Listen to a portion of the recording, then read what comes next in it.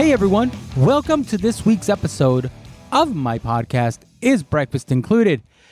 I hope everyone had a great holiday weekend, and if you didn't have a great holiday weekend, I hope you had a great weekend. All right? Today on the show, I sit down with my good friend Big Joe Walker. Now, Joe is a country singer out of Dallas, Texas. But when I say country singer, you find a little bit of everything in Joe's music. A little bit of R&B, a little bit of jazz, a little bit of rock and roll. But make no doubt about it, he is a country singer. I drove out to Granbury, Texas to his house on the lake. We had lunch, and he told me about going to church 8 days a week in Oak Cliff, Texas, why he started playing guitar in college, why he chose country music. We tell a great story about Pat Green involving pizza. And we talk a little bit about his upcoming album titled Countryversal. It was a great conversation. Let's check it out. So yeah, man. Anyway. What's up, man? Tell everyone who you are. Hello, everybody. I'm Big Joe Walker, country singer extraordinaire and steak cooker extraordinaire. Yeah, we had some nice steaks, didn't we? Man, I'm glad you came out, man. Thanks for coming away out man. this way in the boonies. We've been trying to make this happen. So, man. Like I said, I always try and make it convenient for you guys. Oh, man, this rig is sweet. This 3-hour drive is nothing. And that's an hour and a half both ways. Then the least I could do is make a steak for you, did. So today it's called Is Lunch Included? Is lunch included? And it was. I don't have any dessert, though. I'm trying to watch my figure. Man, tell me a little bit about yourself. How long have you been a musician? Man, Bernie, I've been a musician as long as I can remember. You know, writing songs as a kid, and I didn't pick up the guitar to college, but I've always played the piano as long as I can remember. You come from a musical family? Yeah, my mother was an incredible singer. My dad actually had a number 52 song on the Billboard charts back in the 60s. His group, they were called The Visions. The song was called A Long Winter. Huh. And, but yeah, so it's a... Do you ever pull that song out live? You know what's funny? My dad was a, real hard blue collar, drove trash trucks and never really talked about it, and to kind of think about it, man, I don't know if it was... maybe it was a touchy subject, kind of tough to talk about. I'd imagine having that dream of being a musician and, life throws whatever it throws at you and you can't pursue it. So, so it was something never really talked about. Like my aunts and my mom used to talk about it, but my dad never. Right on. Where'd you grow up? Oak Cliff. Oak Cliff, Dallas, Texas. Keys Park. Yeah, right down the street. Right down the street, man. Huh. For sure. And so when did you start playing piano? I never got to sit in the back. My mama had me at church 8 days a week. So I ain't never get to sit in the back with all the cool kids. I had to sit up front so my mama could see me from the choir stand and tell me to hush and all that kind of stuff. But so my only entertainment was watching, the church musicians play. And used to watch a man named Mr. Elbert play the piano. And that's just kind of where I fell in love, just looking at the musicians play. Uh-huh. And so I would learn on this upright piano in the back of the church and just kind of play chords. And me, Chris Johnson, my best friend to this day, he and I would play just music. So one year for Christmas, my family got me a set of drums and a keyboard, a Michael Jackson keyboard. And so, and that's just kind of where it all started. Chris still plays in your band, and he still plays. And what's funny, Chris was the piano player, and I wanted to be the drummer. When did you write your first song? Man, what was it called? I was I think I was like fourth grade, and it was a song called "Let Me Kiss You in the Dark," or is it something like "Let Me Kiss You," And I remember I auditioned for that song for like the talent show. And my teacher was like, "That's a great song, but it's a little inappropriate." And what grade was that? I think it was like fourth grade or something like that. Yeah. So, and then, got to high school and, Chris and I, we had a group called Rain, REIGN, and we were the R&B dude. You know, we had 5 members in our group, and well, in middle school we were Trio with Love with 2 people. We didn't know what trio meant. We just heard it in choir class all the time. We're like, "Ooh, that's a nice word. We're gonna be a trio. We're gonna be a trio with 2 of us." But yeah, so music has always been there, man. Just always been there. And then who were your guys growing up? Who were your influences? I know you take a little from just knowing you and hearing your music. You take a little from who was the catalyst that made you like, I like that. I like what they're doing. You know, if I have to be like to really think about where music really was just, I'd have to say Boyz II Men.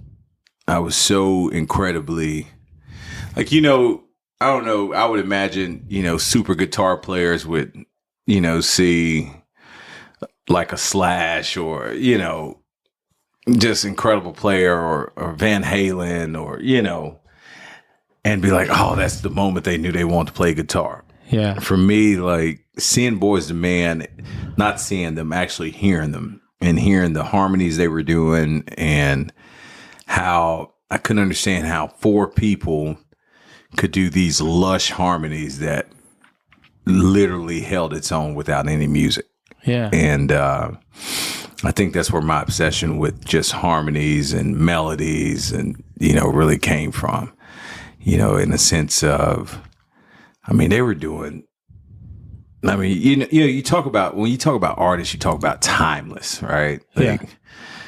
Boyz II Men is timeless. They are. You know, it truly is timeless. And it's one of those things where I would imagine their grandkids are going to listen and great grandkids are going to listen, and they're still not going to be anybody as good as them at what they were doing. Yeah. You know, I mean, it just holds up. So I think as far as vocals, harmonies, that was the real. Now, Stevie Wonder, as far as just like, to this day, I'd probably lose my man card if I met Stevie Wonder. It's probably good that he's blind so he won't see me crying, you know? So is Stevie still the guy you take inspiration from, that you hear something new every time? Yeah, I mean, I could, up there, that's a Stevie Wonder record. I was looking at that. Like, if you play a Stevie Wonder record, no matter what it is, he was the first, and I think that's kind of the staple of my music, that it, you know, if you listen to a Big Joe Walker record, there's going to be so many different flavors of it just because I have such an appreciation for it. Yeah. You know, Stevie Wonder's the same. You're going to hear jazz. You're going to hear, you know, like a Latin Afro-Cuban beat. You're going to hear, you know, a cha-cha. Like, you know. He didn't care what came.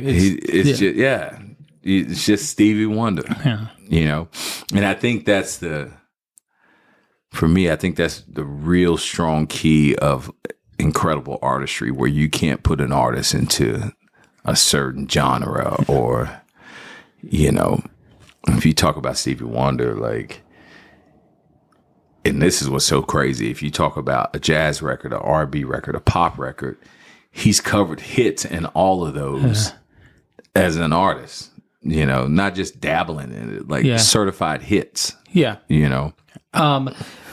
Writing melodies, did that come easy to you? No, I still struggle with it. I struggle with it because as a songwriter, you want to say so much with only so few bars, right? Yeah. Like, and I feel like the greatest songwriters of all time have a way of saying something, actually speaking on something that's very difficult and very vast, but saying it so simply. You know, Jason Isbell is an incredible part of that. Like, he just has a songwriting ability that he doesn't waste lyrics. Doesn't waste a single lyric, you know? And for me in my songwriting, and even earlier when I listened to my previous records, like, yeah, I'm just trying to say so much, and they're the truth, and it's what I want to say, and it's what I want to convey. But when you do that, you tend to kill melodies, right? Because it's melodic, right? That's the root of it. And melodic is not necessarily always syncopated like you would have to do when you're having a conversation or trying to say so much in it. Yeah. And that's where I've really been, you know, when I look back at this new record I'm working on now, it's the focusing on saying so much with so little. Yeah. And keeping the melody as number one, not necessarily, because I also believe melodies are probably more important than lyrics. So if you look at, let's just say you go to church and the preacher is saying a lot of profound things. Well, yeah, that's great. But I might only come away with, you know, what I heard in the song I heard in worship and praise, you know, like, so like it's all about the melody. Like even if you look at Queen, We Will Rock You, right? Dun, dun, dun, dun, dun, dun. That's the melody. Yeah. You know, but they said something so simple with We Would Rock You, and it covers an entire, you know, an entire base of what you're trying to say. And, you know, as an artist, I'll always admit, like, because I think it, you know, you're always wanting to grow. Like, and, you know, the curse of a songwriter is you always think that the next song you write is your best song, or it's better than the last one, but, you know, for me, in all reality, is that, you know, songwriting, the process of it, I used to believe that I only wrote songs when I was inspired to, you know, when I first started. And then I go to Nashville and I go write, and, you know, these guys' minds were just firing. You know, they had talent, but then you start to realize it's a process. There's there is an emotion to it, but there's also kind of a science to it, a sweet science, you know, and it's the good ones know how to marry the science and the emotion and the melody. And those are the ones that make just great records. Yeah. You know, hands down, just great records. Do you write with anyone, or just for you? Yeah. I try to, I'm always about writing with other people, you know, because just in my daily life, I love to get different perspective from all different types of people. And I just kind of live my life that way. And do you take constructive criticism well when someone says, like, and that's just not happening for me? Like, try it like this. Or... Well, you know, part of it is I want to write songs. I'll know when a song is great, and I feel like that with this new record. Like that, if somebody told me that's not a good song, I'm okay with saying I disagree with you. Yeah, I appreciate where you're coming from, but this is a banger. The times when I take criticism, there's a insecurity, and I think people don't never want to admit this. There's a place of like, if I play someone a song and I have some reservations about it, but I can't figure out what it is, I'm hoping that they're going to tell me, you know, what I'm really looking for. Yeah. You know, but I won't tell them like, hey, I'm really looking for something in this song, because I want to hear honest, you know. Yeah. And granted, it's hard to get people to listen to your records honestly, right? Just because, for the most part, nobody wants to tell you. People are always going to say like, "Oh man, that's great, that's great, good job," you know, and you appreciate that. But I'd rather you just say that when I put the record out and I can't do anything about it, right. Not while I'm making the record. Right? Yeah. So you said you started playing guitar in college. Yeah. What were you going to college for? Political science and economics. All right. And why did you start playing guitar? Was it just to? I saw a dude underneath a tree playing guitars, and all these girls were like, "Oh my god, I can't bring a piano underneath the tree." So, no, it was actually, you know, you run around the dorms and guys are picking guitars, and you know, like it's just something like, man, I just want to pick up a guitar, and it's funny, to this day, I can't play with a pick because I never learned how to play with a guitar pick. Yeah. So I don't use a pick when I play guitar, you know, but yeah, part of it too is just, you know, I'm one of those people I always want to just learn how to play instruments. Like right now, I'm trying to teach myself how to play the dobro. Like you know, as me being a producer, like if it helps me understanding the limitations of an instrument or where it actually sounds better. And, if you start writing parts to that for that certain instrument, it's kind of like, I'm sure a composer, has a cutoff range where he wants his violas to play and not play over the violins or, so just to kind of have a better understanding. Also just a true curiosity about just instruments. And so you started playing in college. Why country music? Well, I mean, I've always had, my family is country rooted, so my parents grew up in the country, like, so it's nothing that's always been that far away from me. I've always absolutely loved country music since I was younger. And probably a moment that really kind of, inspired me was like I got a Tim McGraw record. And this record was called, when I talk about records, I think of top 5 records, Stevie Wonder, Songs in the Key of Life, Boys and Man 2, incredible record, right? And there's this Tim McGraw record called A Place in the Sun. And man, that entire record, when I say my other top 5 is Matchbox 20, Yourself or Someone Else Like You, like that entire record, man, it was just from start to finish, like the music, the harmonies, and I didn't realize how cool country harmonies were. Like when you start to really listen to them as a musician, I would suppose, And so that really started me as a country music fan when that record came out. And from that point, I was in college and I saw a Pat Green show. And like most other artists, like particularly that started on this Texas scene, like, I saw Pat Green. I was like, man, this dude, his songwriting was incredible. Then, of course, to know that a lot of his songwriting comes from Mr. Walt Wilkins. Yeah. I saw that picture when I walked in. Yeah, and I signed his guitar. Walt, if you're listening, what's up, buddy? But, yeah, man, so, and that just kind of started this, but I never thought about being an artist per se, so for me, I always loved writing songs. And so,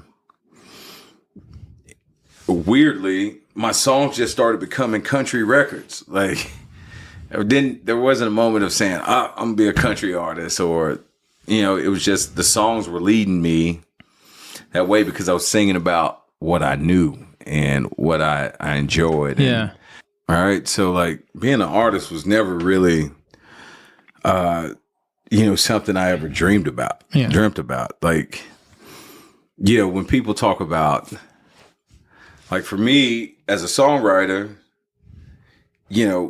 my artistry came from the fact that it was like, hey, I just want to go try these songs out and go play them. And so it really was a natural, push into it. Yeah. And,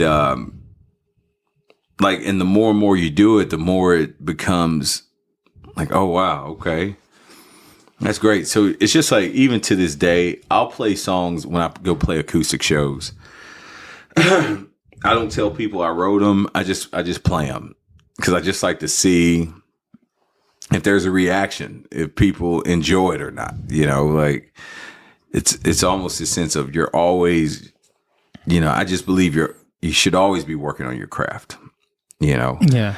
Like I don't know, and I've never enjoyed the spoils of a number one record or a hit record, but man, when I look back at my records and my songs, I'm still very proud of them. Now, obviously, you look back at songs you wrote, you feel like you've moved and you've become better. So not necessarily you move forward from it, but you keep just trying to strive to do better things, and so it was. So I can say that at this point everything's been organic, and which I also feel because it's organic, like being organic now can only go so far, right? Like there has to be some type of strategic as far as, now the industry's changed. Like you have to be a social media expert. Yeah. Just so to the be first thing I think that labels ask are, what are your social media what's your numbers? What's your numbers? They don't care about your songs because they got people that'll write your songs for you. Yeah. But they want to know your numbers. And so that's something, to be very honest, I struggle with, just because, I'm built in a way of, when I eat some food or something, I don't think, oh, let me take a picture of it to show, what I'm saying? Right. That's just not who I am. I'm not knocking anybody that does that. But no, I get it. That's just not. So like that's a part of the game and part of where I have to start becoming more strategic about, and as far as, because it's not, everything has changed in this business, and you've been in the business longer than me, so I'm sure you've seen the waters wind and go different ways, so it's but I'm working on something right now and I'm really excited about it. I know. Yeah, so it should be good. So Pat Green was your guy. I'm going to go back to Pat Green because I got a story about you. Shoot. I think you know what I'm talking about. So you are not a hard guy to miss. No, not at a Pat Green show. And everyone that's listening to the podcast, I've mentioned it several times. I got my start with Pat Green. Mm-hmm. And the guy was never anything but good to me. And I enjoyed my time with him. But there was a small moment in time where he ran around a lot, like he went golfing a lot with his keyboard player Clay. Yeah.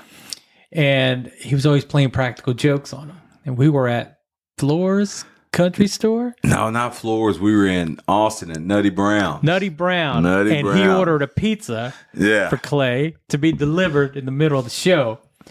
So Clay comes out, pizza comes out, and everyone's laughing. He doesn't think it's funny, so he goes out to start handing it to you guys in the crowd. Yeah. And something happens, and the entire pizza gets spilt on Joe Walker. Spilled on me.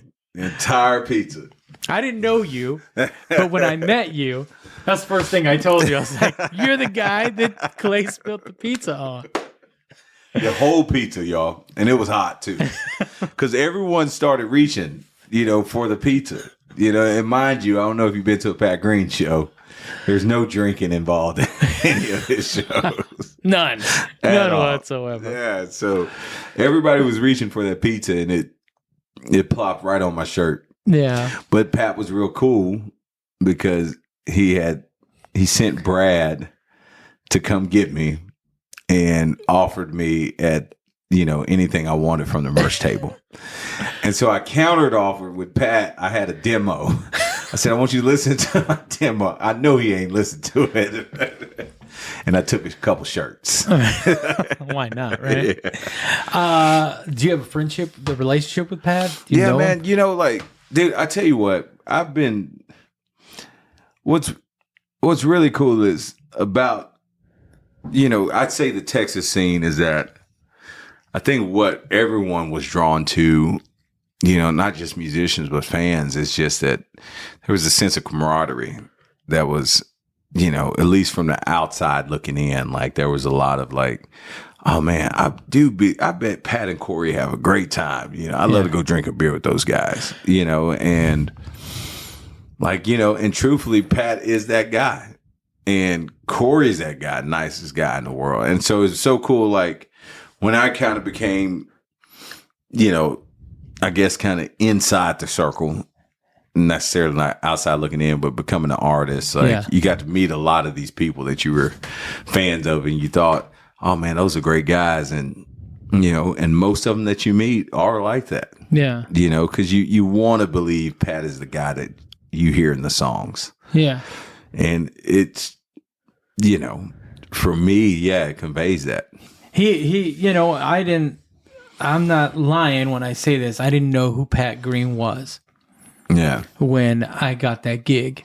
And I got that gig completely by accident. And I didn't know any of his songs. I didn't know any of these Texas artists, but being thrown into it the way I was, all of a sudden it was this, to me, it was exciting because it was this whole new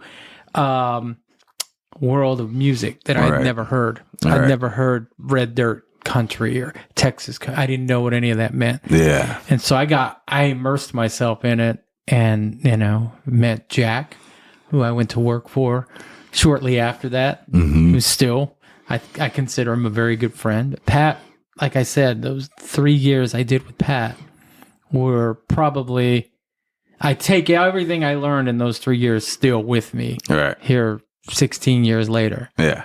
However long it's been. Dude, I tell you, Jack Ingram gave me the best advice I ever had in songwriting. And like, I'll tell you after we get off air because it's a little private what he said. But man, Jack's a smart guy, man, and he's like I said, I enjoyed working with him as well. Man, it was the dopest piece of advice I've ever received. Yeah, ever received.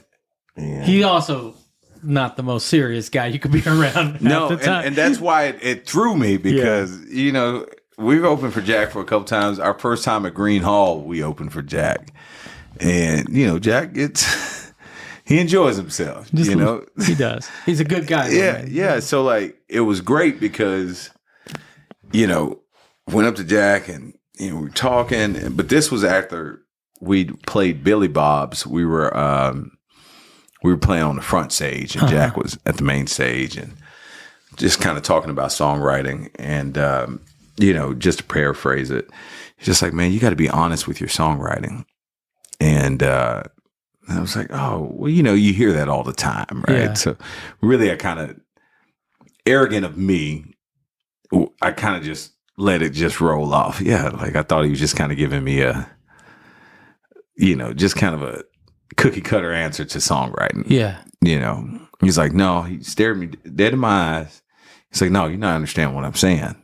It's like, you have to be absolutely honest in your songwriting like this. And then he gave an example and it just blew my mind. Yeah. And I'll forever owe Jack for that one. Yeah. Yeah, man. I worked with him for a while, and I remember I was going through a time in my life that wasn't good, and he could see that. We were back in the back green room. It was me, him, and Drew. He was doing some acoustic shows, and he took me along. He didn't have to. He took me along to sell merch, tune his guitars, make some money. And he could see that, and Jack went from Jack the artist to Jack the therapist. And he started talking to me, gave me some good advice, he's a good dude like that. Man, he really is. He's a good dude. And I don't know if he wants me putting this shit out there like that. Well, that's why I won't give him the full I think advice, anyone who knows him knows that he's a good dude. That's what I'm saying. Like he's a good dude. It was the coolest thing because Jack really didn't know who I was. Like I think the only time he ever heard of me when I was on Texas music scene, and I was just on a script that he had to introduce me. Yeah, on the that TV show. I keep asking him to do the show. That damn Jack. Man, as far as you've been around for a while. You've been around this scene. In this, what are there any new artists that excite you? Man, I'm gonna tell you. I'm just be real. Be real, man. I'm gonna be real. I think that there's as a songwriter, like, I don't think there's anybody right now better than songwriting wise on this scene better than William Clark Green. I just met that guy. Man, when I tell you that guy, and he's not necessarily new on the scene, but I don't think he truly got that guy. If you go back and listen to his older records before he wrote She Likes the Beatles, I Like the Stones, like, man, this dude was making, and I'm not saying Will and I are really good friends. We go golfing about once a week. But when I say this dude is the songwriter, and I don't think that they're, we live music right now in our scene. That's not what's really appreciated, I don't think, anymore. Like true wordsmiths. And I mean, it happens, right? That's kind of the evolution of music, right? Yeah. Like, I remember I would guess back in the 70s, like, you know, it was a reason why guitar players were just as popular as the lead singers in rock bands, right? Yeah. Because it was, you know, when I go back, it's kind of a recurring theme, even while I've been speaking here, is people that are truly dominant in their craft. And I don't think that's really appreciated that much anymore. All right. Because there's room, which is great. There's room for everybody, right? There's room for those that might not be that talented in songwriting, but are great performers, or room that people aren't real musicians, but are great wordsmiths, right? Like it used to kind of have to be kind of a package, right? They used to call it the triple threat with actors. And, you know, back in the day, you used to have to be an actor, a singer, and a dancer to be able to get work, right? Well, now that really doesn't exist anymore. So, like, when we talk about, like, artists that are, for me, I only want to listen to artists that I want to be like, if that makes any sense. Like, meaning, like, I get that. And it might be why I'm not as popular as I am, because I'm just, you know, because sometimes the stuff that's what's popular is not, it's not my flavor. Yeah. You know, but I don't sit there from a judgmental standpoint. Like, it's not my thing. It's just not my thing. Like, and if that's what other people things are, like, you know, I'm not going to write a song, Dick Down in Dallas. You know what I'm saying? It's just not, hey, you wrote a smash, I'm not going to write a song about Applebee's. You know, like but I get that's the realm that we're in now. And, you know, there's an acceptance of it. It's just not my flavor, you know? So for me, when I look at artists, like, I always feel like when I listen to artists, I want to learn from them. I want to learn who they are. I want to learn, even, like I said, if I could write a song like Will Green can write a song, I'm a happy man. You know, if I could play piano like a Corey Henry, I'm a happy man, right? So it's like, I want to listen to people that I can take from. You know, so many people always talk about, like, you are who your circle is, you know, and I think that about musicianship too. Like, you know, if I go into a jam, like, I love, like, going to a jam like downtown with all those guys that are just banging musicians out in Deep Ellum, right? And they play a lot at the Freeman Group. Shout out to Dwayne Barry. But, you know, those guys are monster musicians. I'd much rather go jam with those guys and be completely over my head with jamming with some jazz records and, you know, then, you know, not saying I don't appreciate sitting in a circle strumming a guitar, you know, but I want to grow.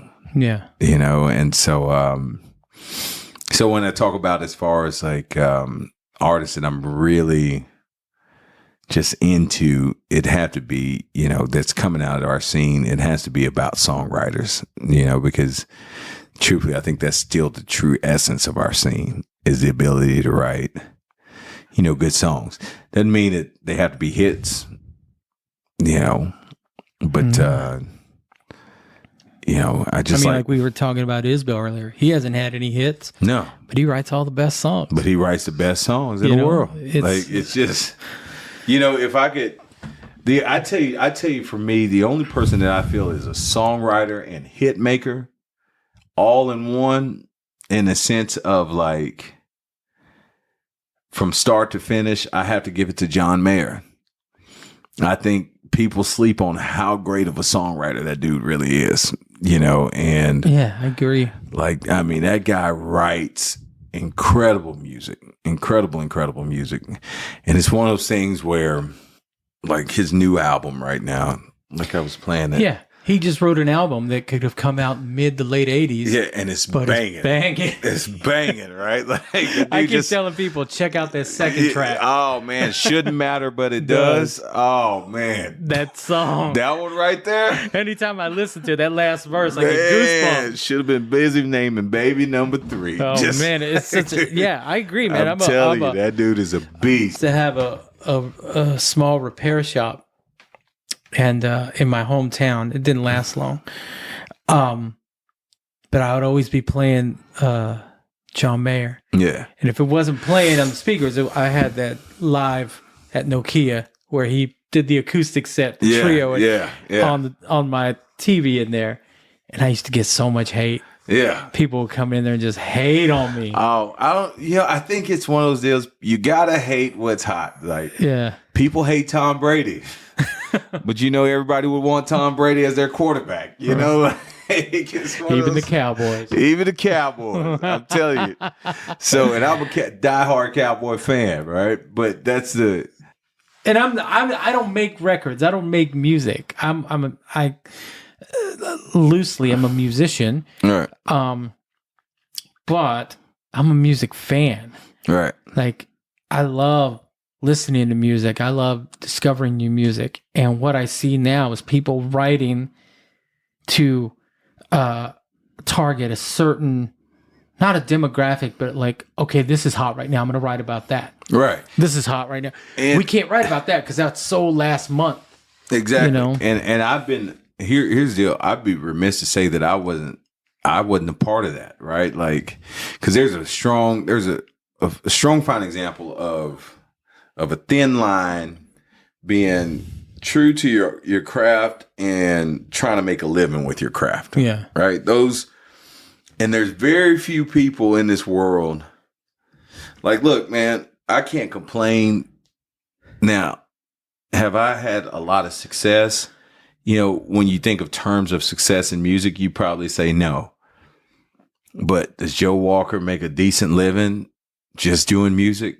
Absolutely. Is he rich? Absolutely not. Right. So in terms of that, I'm like, yeah, I've been very successful.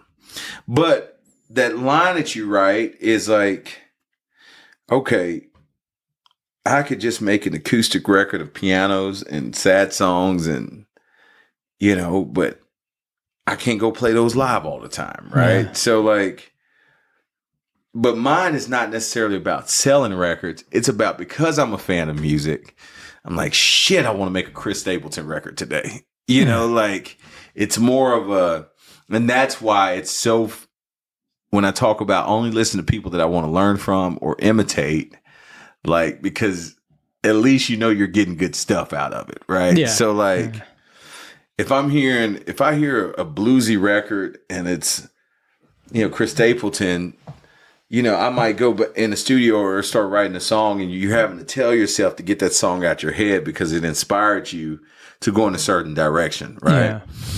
And that's why I don't listen to a lot of radio. I don't know what's hot right now, or, as far as what's trending, or because especially during the time of writing for the record, I didn't want to have those influences, in my head. There's only 12 notes, right? There's only 12 notes in music. And so you could start going in and you write a song and literally start stealing someone else's song and not even realize it. And you're like, why does that sound so familiar? Why is it so good? It's so good. And you're like, it's because I didn't write it. Yeah, man. So you got this new album coming out. Yeah. What's it going to be called? Countryversal. And when's it going to be released? Hopefully in February, but you know how records go. Yeah. But Jon Jon Traxx is producing a record. He won the Grammy with Beyonce. Produced, Janelle Monáe and Chris Brown. He's incredibly talented. Yeah. This is a long time coming with Jon Jon, right? Yeah. You met him a few years back. A few years back, yeah, at ACM's he when it was here. He introduced himself to you, didn't he? Yeah. Well, we were the only two black people in the room. So. You didn't stand too close to each other. Yeah. We had to have a meeting before things break out. We know. Oh, people are not going to like that, we like it. Don't worry about it, y'all. I can say it. This has been a long time coming with you guys, right? Man, I know he's wanted to work with you for a while. Yeah, and I'm super grateful. I mean, here's the deal. The guy like that with his resume, for a guy like me with, not a lot of skins on the wall, just kind of, I told him all I can bring to you is hard work, and the ability to be coachable. And I tell you, it's been a really great pleasure. Like when I say this guy, and I don't throw this around a lot, but when I say this guy's a musical genius, like, yeah, truly believe that he's on another planet. Not just as a bass, he's an absolute beast on the bass, beast on the piano, like, but just how he hears music. Did you learn a lot recording with him? What? Yeah. I mean, some people go in. I mean, you can't. Man. You like the whole lead a horse to water. Like you can go in with, as you say, musical genius, and come out and go like, eh. Well, here's it takes a certain person to go in there and be a sponge. Well, like I had several writes with guys that had some major skins on the wall, big records. We're sitting in the room writing, and it. Every once in a while, as a musician, I think it's, at least for me, I can't speak for other musicians, but for me, there's certain moments when I forget to look up and breathe and assess where I'm at. Because you're always just, where can we get another show? Who can we go open for? What can we do to get ourselves out there more? This and this and this. What am I not doing? I need to do this on social. You just start thinking about everything because you got to wear so many hats. Yeah. And then sometimes like I'll look up and take a breath and be like, oh wow, I'm in this room with a Grammy Award winning producer that's working on my record, and I'm writing with guys that have #1 records out as songwriting credits. And you're like, why am I here?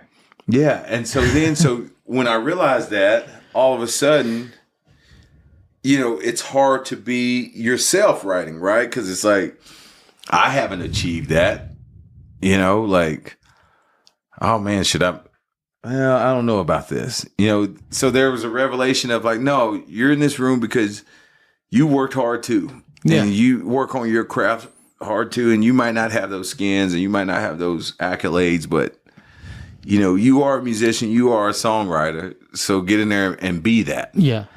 And then all of a sudden, as it should be, because we're writing for my album, I'm the leader of this songwrite. You know what I'm saying? And it's so great to be, there's always a time when, I think as musicians, we all want to be appreciated by our peers.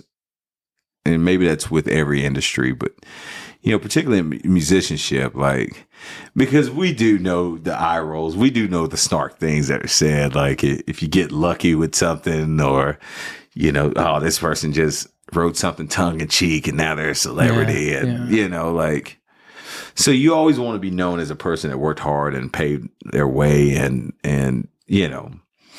I have a saying, because there's a lot of artists in this local industry. When I say local, I mean Texas. There's those that paid their dues and those that paid for their dues. Yeah. And that's the truth. Like, and it's like people can call me a hater, they can call me whatever, but it's true. I've seen it. Right. And for me, it's, I guess at any point in time, however you get there, you can get there. Right. Like, because everybody's trying to navigate waters. I can't be. Somebody told me one time, Big Joe, you're just too nice. Well, for me, it's number one, you don't want to see Big Joe when he's not nice. No. I've seen a not nice Big Joe. Yeah. And number two, like, honestly, that's not me. I don't feel like I have to screw somebody to get where I want to go, or do bad business with someone, or, because at the end of the day, I got to be able to sleep at night. And if that's what's required for me, it ain't for me. Yeah. Like, I just strongly believe that. Not saying that bullheaded, stuck in ways of, and there's things that I have to work on. But again, that's part of it. Like, there's not going to be, regardless if I stop doing music today or I blow up tomorrow, there's not going to be anybody say that Big Joe ain't worked hard and that screwed them on his way to the top. No, man. Like, you and I were introduced, 5, 6, 8, 9 years ago. Yeah. Long time ago. And I wanted to meet you. I knew who you were, from the pizza incident, of course. But then The when I tragic found out pizza incident. when I found out that you were a musician, I wanted to meet you, and we were fortunate we had a mutual friend who introduced us. Mm-hmm. And I remember thinking to myself and telling you, like, man, if there's anything I could ever do, just don't hesitate, because you are super talented. You got a great personality. Brother. You're super marketable. I'm sure Jon saw that, like, because of those other things, not because of, I'm going to go and say the obvious. Right. You are talented, man. You've got a great personality. You know how to work a crowd. You know how to talk to it. It's almost like you were born with it. Like you were born with this. I was going to ask you, like, did you ever want to do anything else? But that's a wasted question, because you were born to be an artist, a musician, an entertainer, not just one or the other, all three. Right. Like I truly believe that, and it's been a slow burn for you. And I haven't heard the new album. Yeah. But I know you were excited with your last stuff that you put out. I've seen you excited, oh, this is good stuff. I've never seen you excited like you are about this album. Well, this one is because there's no. And first of all, I appreciate you saying that, brother. I really do. And also, it's really important to know that anytime I've asked Bernie for help, he's never asked me for anything. Like, he's always just had my back, whether it be I need to work on a guitar. I'm still so sick when they stole our trailer, my guitar rack that you gave us. Oh. Like, I'm so sick about that, man. Like, those are the things that you can't get back, But, yeah, like, this record, I feel like, number one, it's called Countryversal because it's truly like me saying, look, man, country, you listen to what country music is right now, and it ain't country music, right? Like, there's not a lot of what you would think is country music. Yeah. Rock band with a fiddle. Right. And that's fine. But, for me, I've always did my own version of country. Yeah. But that was always controversial, and it was always kind of no, that's not this sound. I remember we were in ballad band one day, and, some radio DJ said, yeah, I mean, your sound it sounds a little too polished. It's just, for it being Texas country. And I remember I was so pissed, and normally I just let something roll off, and I couldn't help myself. And I said, Texas country is not about a certain sound. It was about be who you are, and people either going to like you for that or not, and that's the expectations of, look, I remember when country music, mainstream country music started kind of going more, if you talk about a spectrum, more to the poppy, hip hoppy side. And, now, is it my favorite? I don't know. For me, I think that music evolves. I'm sure my parents listened to the music that I love so much of Boys and Men and said that ain't a real group. Listen to the Temptations. You know what I'm saying? So I get there's a point of music evolves and your taste kind of puts your taste, But this record, what I'm so proud of is that every single song on the record was wrote with the intention of pleasing the song and nothing else. It wasn't wrote, hey, we need to have a radio single type song. Yeah. We need to write this type of record. Or it's literally been, hey, what if the song starts to write and it starts writing itself, and if it wasn't good enough, like, that was another deal. Somebody told me one time, they said, you're too attached to all your songs you write. That means you don't write enough. And, this was at a point of me looking at songwriting as, each song is my baby, and it's a part of me, and it's what I want to say. And sometimes songs aren't good that you write. If I wrote great songs every time I put pen to pad, I'd be a really wealthy man, right? Yeah. You know what I'm saying? So it's like, you realize that, for this record, we'll have, depending on what we decide, 9 to 11 records on this song. And in writing, I can honestly say pen to pad about 120 songs that got to this point. you know, and like, and that's why I'm so proud of it, because for the first time ever with these songs, no one can tell me, hey, they're not great songs. And I believe it. Yeah. You know, for so there's me. no throwaways on there. Yeah. Like it's, if you tell me it's not a great song, I just realize it's not a song for you. Yeah. It has nothing to do with the record, you know, and, like that's so more importantly, I think this album was all about pleasing myself and pleasing the thought of, you know, which you would think is really easy. You would think, oh, all artists are true to themselves. All artists make their records. That doesn't happen a lot. You know, we're all insecure in what songs we put out, what we think are good enough. Either you're arrogant enough to think all these songs are great, or you're so insecure that you're swayed by a lot of things. Yeah. So there's a line where you get into, for me, which I'm grateful for, that I believe that I'm there, is a sense of, no, that song's great because I went through with a fine tooth comb and I judged this song solely based on the song's merit. You know, no lyric is weighted, no and, no the, no baby, no oohs, whatever throwaway words you put in to match up songs. Yeah. Like it's all has a purpose.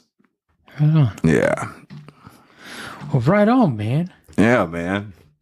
Well, dude, I want to thank you for taking the time to do this. Bro, Maybe I we'll appreciate revisit this, you know, next year. Yeah, because I need you to do a review of the album. I really need to hear your honest An honest opinion. review? That should be another podcast. Yeah. Me doing just reviews about. I'll tell you when it's off. I have another idea, but man, how can people find you on social media? Hey, please find me on social media. Everything's under at Big Joe Walker. So at BIGJOEWALKER. You can find me on Instagram, Snapchat, TikTok. I'm hilarious on TikTok. I know all the dances. Actually, I just started TikTok. So I was going to ask you ever hit TikTok. I'm so far behind on the curve on TikTok. So y'all help me out. Y'all follow me, and I'll promise I'll get you some content out there. Well, man, I don't know if you've listened to this podcast. It's called Is Breakfast Included? I have a standard question. No matter what. If breakfast was included, what would you have, Joe? If breakfast was included, like food-wise? Like food-wise. Bacon? If that's what you have for breakfast. Bacon, cheese eggs with salsa, French toast, and a huge, huge glass of orange juice. Right on, man. Well, Joe made me an amazing steak. I walked into this and he said, "Are you hungry?" And I said, "Of course, I'm always hungry." Yeah, man. And Got to break bread. We had lunch and then we did this. And man, thank you again for your time. Hey, thank you. And thank you for what you're doing, Bernie. It's really cool, man. Congratulations. Oh, man. Congratulations to you. I can't wait to hear this album, man. I hope you have a great holiday. I'm going to give you a sneak peek. We'll go up to the studio real quick. All right. And hope you have a happy new year, man. Happy holidays. Happy New Year to everybody. All right. Later. Right on. Joe Walker. That's Big Joe Walker. You can find him at everything on social media at Big Joe Walker. Facebook, Instagram, TikTok, YouTube, all that stuff. Check out his new album when it comes out, Countryversal. All right, guys, I am done. Have a great day. Have a happy new year, and I'll talk to you next week.